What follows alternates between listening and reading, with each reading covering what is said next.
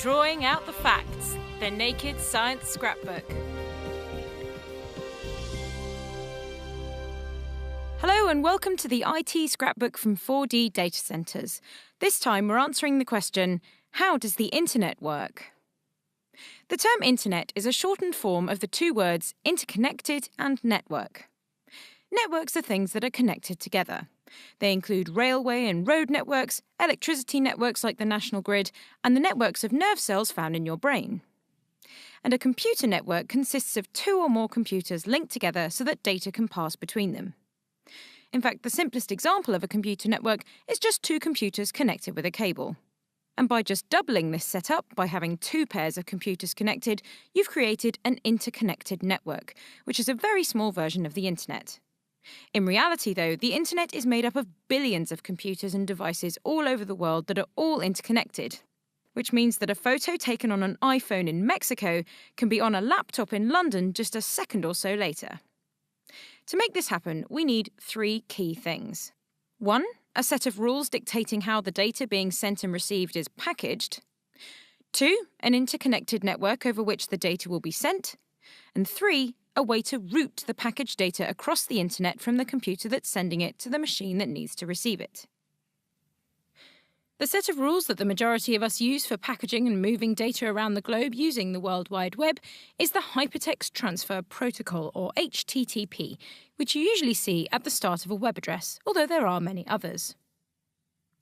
The first step in the process is that the computer or mobile device that's going to transmit the data, for instance the iPhone with the photo in Mexico, connects to something called a point of presence, or POP, which allows the device to connect to its Internet Service Provider, or ISP.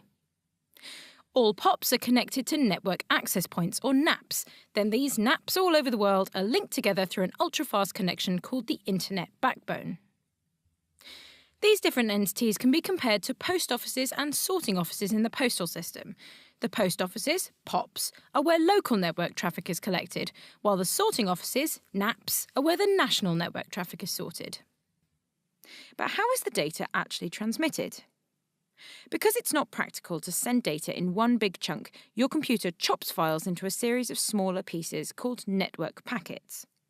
These are each wrapped up, addressed and sent individually, along with instructions explaining how to reassemble the packets to recreate the original file. A helpful way to think about this is to imagine that you're trying to send a huge mosaic in the post to your grandma. Fully constructed, it's too large and too fragile to be posted. So instead you dismantle it and send each tile individually, along with 2 bits of critical information: the address where your gran lives and the plan for the mosaic so she knows where each piece goes when she puts it back together. Network packets are treated in exactly the same way as your grandma's mosaic, but rather than going through the post, they're sent from your computer to your ISP's POP and then onto the internet. The address they have written on them is called the IP address, which is a unique number a bit like a postcode that identifies the computer or device the packets are being sent to. Each packet is guided to its destination address through the internet by a series of specialised computers called routers. These routers are the internet equivalent of staff in the post offices and sorting offices. They look at each packet of data, read the destination IP address, and make sure that that packet then gets put into the right backbone connection for its destination. This process is then repeated until each of the packets gets where it needs to go. And when the packets are received, they're reassembled to form an identical copy of whatever was sent by the original computer, whether it's a spreadsheet, a picture, or a video, in fact anything that you could look at, hear, or use on your computer. Most of the internet backbone is made up of very fast, high-capacity fibre optic cables that can transmit large amounts of data very rapidly. But for most people, the journey your data takes across the internet usually begins and ends in copper cables that connect your home or office to your ISP's point of presence.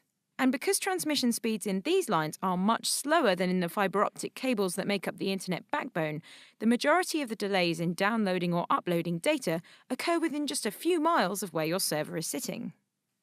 So if you're a business that needs to provide a speedy response to visitors to your website, or if you're sending or receiving large quantities of data over the internet, it's sensible to check regularly to see that you're getting the most reliable and fastest connectivity that's available for your particular budget.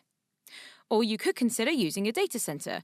Because these are connected directly to the internet backbone, you can minimize the delays in sending out data to your clients. When it comes to the internet, it pays to be well connected. That's it for this time.